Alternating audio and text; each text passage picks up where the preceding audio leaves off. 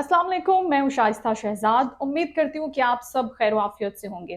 नाज़रीन, आज की वीडियो में हम बात करेंगे सिख बरादरी की तहरीक खालिस्तान के जो इंतहाई सरकर्दा और अहम रहनुमा हरदीप सिंह का कत्ल हुआ है उसके ऊपर। हरदीप सिंह के कत्ल में भारत का हाथ मुलव्वस है और जो कैनेडियन वजीर आजम है, क्योंकि ये कत्ल कनाडा में हुआ है, वैंकूवर में, जहां पे एक गुरुद्वारे में इनको कत्ल किया गया था। ये खालिस्तान तहरीक जो सिखों की पूरी दुनिया में मशहूर है, यूरोपियन कंट्रीज हो, इवन भारत हो, हर जगह पर खालिस्तान तहरीक के तमाम रहनुमा मौजूद हैं जो अपने राइट्स के हवाले से बात करते हैं और बहुत ही पीसफुल तरीके से वो बात करते हैं। लेकिन इस पर प्रॉब्लम है भारत को। तो जो उनके एक सरकर्दा रहनुमा थे हरदीप सिंह, बड़े एक्टिव किस्म के रहनुमा थे, उनका कत्ल हुआ है वैंकूवर में। अब इस सारे मामले पर जब तहकीकात हुई है, क्योंकि ये वाकया पेश आया था 18 जून को, 18 जून से लेकर जब इस वाक़े की तहकीकात शुरू की गई कनाडा में, तो पता चला कि वहाँ के जो रॉ के तमाम जो रहनुमा हैं, अहम रहनुमा, वो इसके अंदर मुलव्वस हैं। रॉ के कारिंदे इसके अंदर मुलव्वस हैं, भारत इसके अंदर मुलव्वस है, जो इब्तदाई तौर पर तहकीकात सामने आई हैं।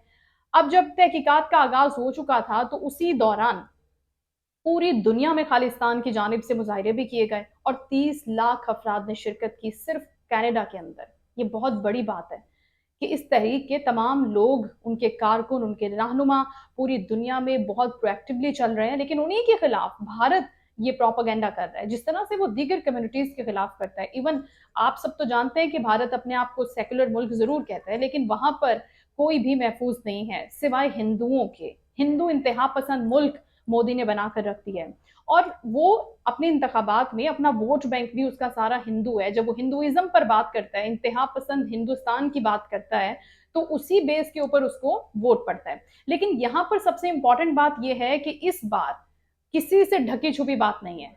अब उसका चेहरा जो है, भयानक चेहरा, वो खुलकर सामने आ गया है कि किस तरह वो इंसानी हुकूक की खिलाफ वर्जियां करता है, अकलियतों को निशाना बनाता है, चाहे वो सिख बरादरी हो, चाहे वो मुसलमानों का कत्लेआम हो, किस तरह से वो फसादात को हवा देता है। हम जम्मू आज़ाद कश्मीर की बात करते हैं, इवन हम बात करते हैं कि पाकिस्तान में जो उसकी इंटरफेरेंस होती है, इवन वहां पर अपने ईसाई जो है, उनकी कम्युनिटी, वहां पर रहने वाले जो वहां के नेशनल हैं, वो खुद महफूज नहीं है हिंदुओं के हाथों। तो ये बड़ा ये एक वर्स्ट मुल्क है। और उसके ऊपर अब सबसे इंपॉर्टेंट जो डेवलपमेंट है जो आपके साथ शेयर करनी है, वो ये है कि कैनेडियन वजीर आजम जस्टिन ट्रूडो ने इससे पहले जब पार्लियामेंट के फ्लोर पर भी बात की थी, तो तहकीकात की बेस पर की थी। उन्होंने कहा था कि नाम सामने आया है रॉ के अफसरान का, वो इसके अंदर मुलव्वस हैं, भारत डायरेक्टली इन्वॉल्व है इस कत्ल के अंदर। गो के इसे एक टारगेट किलिंग का नाम देने की कोशिश इनिशियली की गई थी, लेकिन ये टारगेट किलिंग नहीं थी, ये भारत की जानिब से करवाया गया एक ड्रामा था। और इसको वहां पर जो रॉ के लोग थे उनको इसके अंदर इन्वॉल्व किया गया और उन्होंने उनको कत्ल किया।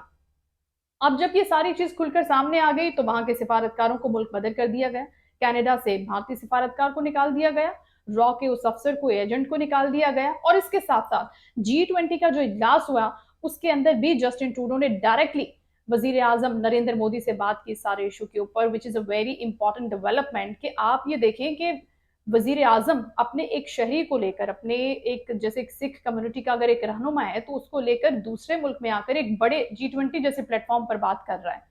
तो ये जो चेहरा भारत का सामने आया है सब मुल्कों के सामने, अब कनाडा और अमेरिका मिलकर इस वाक़े के ऊपर भी तहकीकात कर रहा है कि वहां पर जो खालिस्तान के लोग मौजूद हैं उनको भी खतरात लाक हैं। वहां पर भी बहुत बड़ी तादाद में जो सिख रहनुमा हैं वो एहतजाज कर रहे हैं, धरने दे रहे हैं, इंसाफ मांग रहे हैं। उनका ये कहना है कि जो भी इसके अंदर मुलव्वस है, जिन्होंने भी ये फेल किया है, वो लोग सामने आने चाहिए। उनका यही मुतालबा है। इवन आज पाकिस्तान में लाहौर में भी एहतजाज किया गया सिख कम्युनिटी की जानिब से, और उनकी जानिब से ये मुतालबा किया गया कि जो भी कल्प्रिट्स हैं, जिसके अंदर भारत तो वाज़ेह तौर पर मुलव्वस है, उसके शवाहिद मौजूद हैं कैनेडियन गवर्नमेंट के पास, जिसकी बेस पर वो सारा काम कर रहे हैं कि उन्होंने सिफारतकारों को भी निकाल दिया वहां से। तो अब भारत का जो ये चेहरा है, भारत का जो ये किरदार है, ये किसी से ढका छुपा नहीं है। भारत हमेशा जो है तिजारत की आड़ में या किसी न किसी तरीके से इस चीज को छुपाने में कामयाब हो जाता है, इस पर पर्दा डालने में कामयाब हो जाता है। लेकिन इस स्पेसिफिक इंसिडेंट के बाद वो नाकाम होगा, उसका हर हरबा नाकाम होगा, क्योंकि अब एक स्ट्रांग मुल्क की जानिब से आवाज उठाई गई है एक स्ट्रांग प्लेटफॉर्म के ऊपर, और उसके साथ दूसरे मुल्क भी शामिल होंगे। इसी तरह से पाकिस्तान को भी ये जितनी भी चीजें पाकिस्तान में होती हैं, आजाद जम्मू कश्मीर में होती हैं, ह्यूमन राइट्स की वायलेशन होती है, कत्ले आम होता है, खून की नदियां बहाई जाती हैं, कितने वाकयात होते हैं भारत में, गुजरात में होते हैं वाकयात मुसलमानों के खिलाफ, मुसलमान कुछ फसादात होते हैं हिंदुओं की जानिब से, इंतहा पसंदों की जानिब से मुसलमानों को जब निशाना बनाया जाता है एक छोटी सी चीज को बेस बनाकर, मस्जिदें नाउजुबिल्ला जला दी जाती हैं। तो अब ये जो सारे इश्यूज हैं, जब ये अब यहाँ पर दुनिया के सामने सामने आएंगे तो ये उनकी आंखें खुलेंगी कि भारत असल में कर क्या रहा है, ये किस एजेंडे पर अमल कर रहा है। और इवन भारत के जो अपने शहरी हैं वो भी देखें कि उनका वजीर आजम क्या कर रहा है।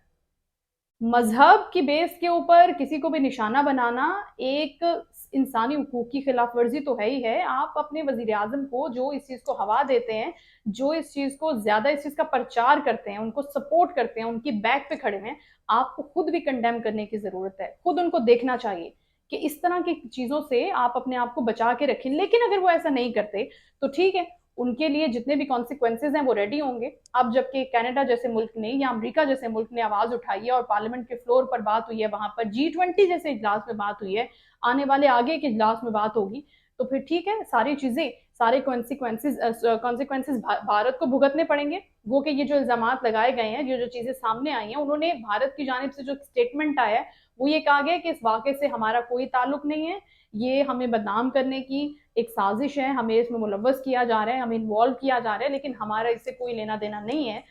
क्योंकि कनाडा के पास तो इस चीज के प्रूफ्स मौजूद हैं इस इंसिडेंट के, तो उसको किस तरह से आप टैकल करेंगे और हैंडल करेंगे। तो ये एक सिचुएशन जो है भारत के लिए अब जो पैदा हो रही है, ये एक बहुत ही अच्छी चीज है कि उसको सामने आना चाहिए। हम तो डोजियर भेजते हैं, पाकिस्तान तो हमेशा एहतजाज करता है जब भी कोई वॉयलेशन होती है, इस तरह की कोई भी एक्टिविटी होती है, लेकिन उसको उतना सीरियसली लिया नहीं जाता। अब इन मुल्कों की तरफ से जब प्रेशर आएगा और इस तरह की चीजें जो सामने आ रही हैं, अगर इसी तरह से कत्लेआम होंगे, लोगों को बाहर जाके कत्ल किया जाएगा, खालिस्तान के रहनुमाओं या किसी भी तंजीम के रहनुमाओं, तो फिर भारत का जो चेहरा सामने आएगा, असल चेहरा होगा भारत का वो, और दुनिया को देखना होगा कि भारत असल में कर क्या रहा है। और यही हरकतें वो पाकिस्तान के साथ कर रहा है, कब से कर रहा है। तो इसके ऊपर भारत को बहुत स्ट्रिक्टली इन मुल्कों को चाहिए कि लेकर चले और इस केस को बिल्कुल भी खत्म नहीं होने दें और इस चीज को मंतकी अंजाम तक पहुंचाए, ताकि इसको पता चले कि ये करता क्या है।